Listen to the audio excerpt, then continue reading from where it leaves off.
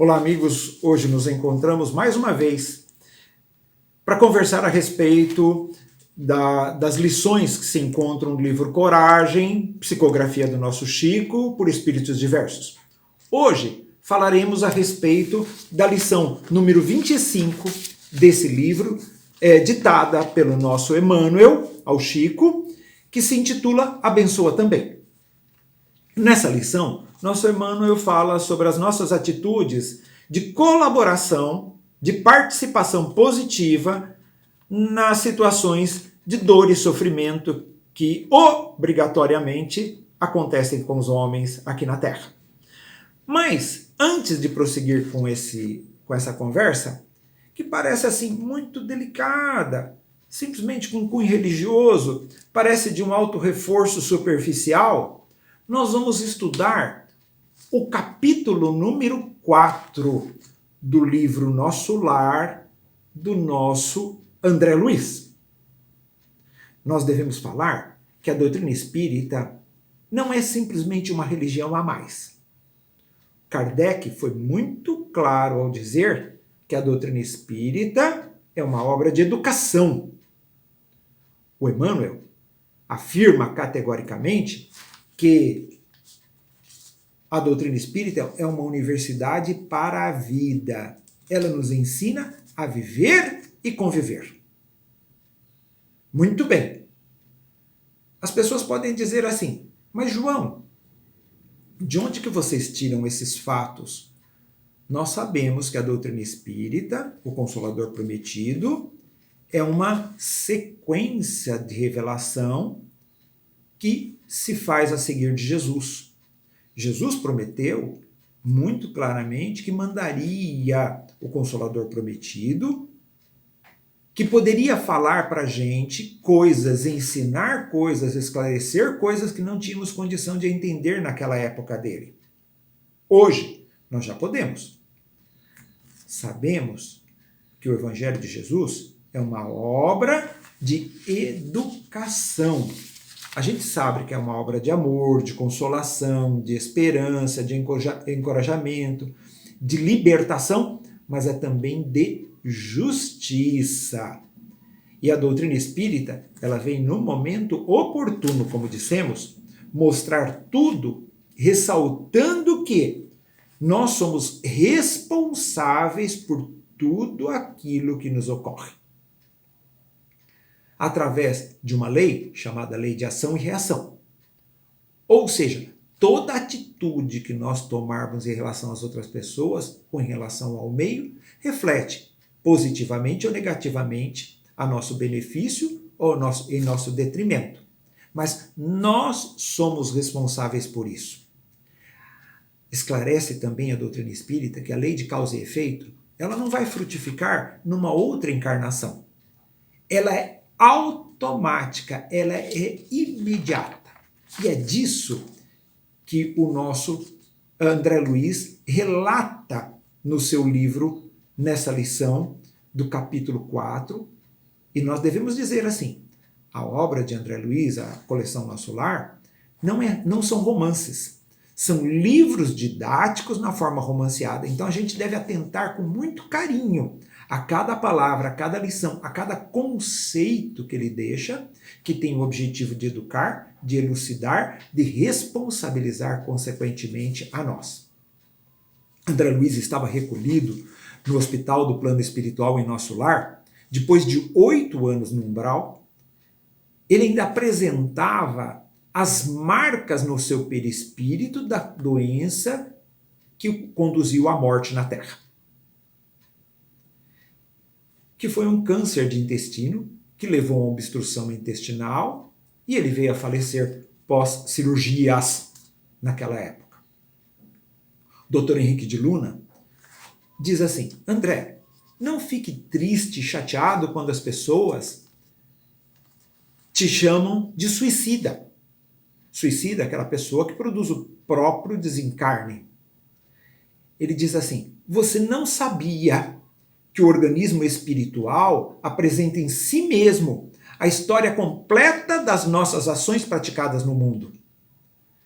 E, portanto, a origem do tumor que o acometeu, isso é, no seu caso, André, deve-se a atitudes levianas que você tomava.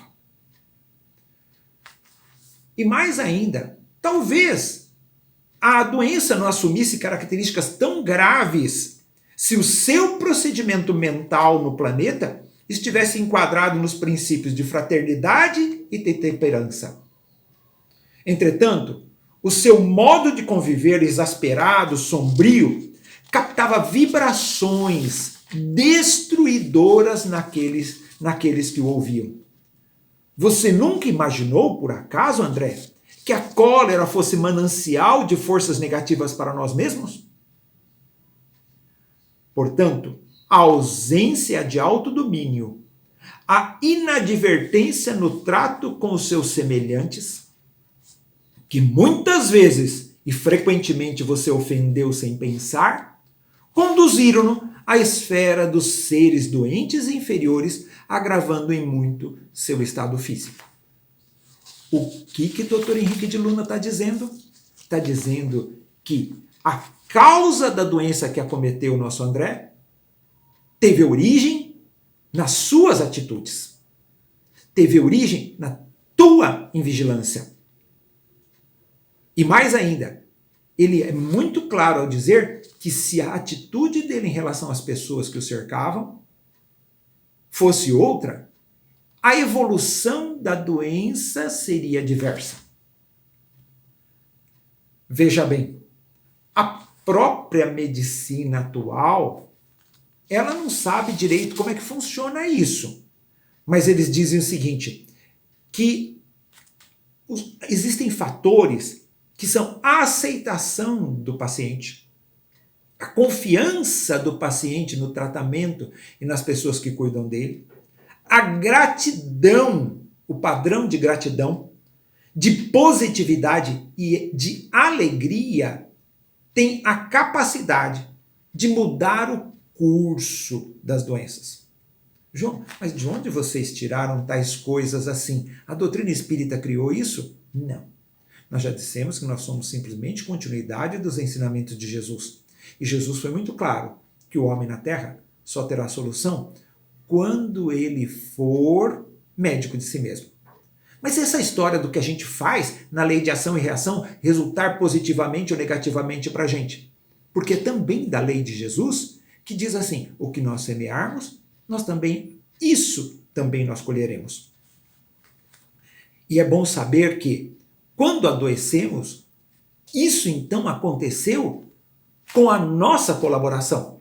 E se nós nos desequilibramos, a doutrina espírita vem, que é o Consolador prometido, dizer, nós temos a condição, a capacidade de plasmar verdadeiramente em nós o reequilíbrio e, quem sabe, anulando o mal e levando a cura e o fim do sofrimento.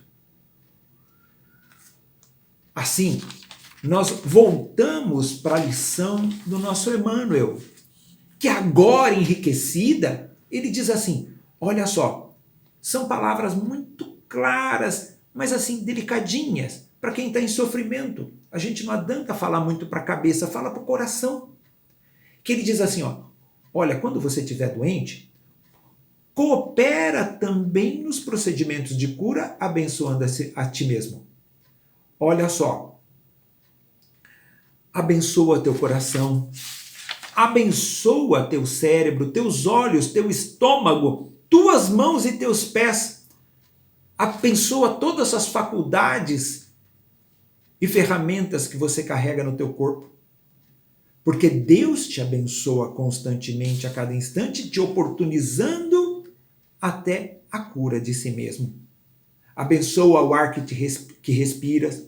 Abençoa o alimento que te nutre, o remédio que te refaz, as palavras que te animam, o socorro que te alivia e até a oração que consola.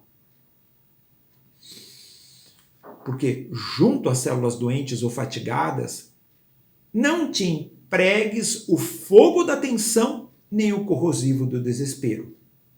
Você é responsável pela sua própria cura. Mas, se o melhor para nós for o caminho natural de retorno ao plano espiritual no fim das nossas forças, no descenso do desgaste do nosso corpo físico, que é obrigatório, lembre-se, agradeça tudo que você recebeu e abençoa, ainda que esse período de vida na Terra seja pequeno. Utilize para aprender e colaborar. Pacifique-se, porque isso é medicamento.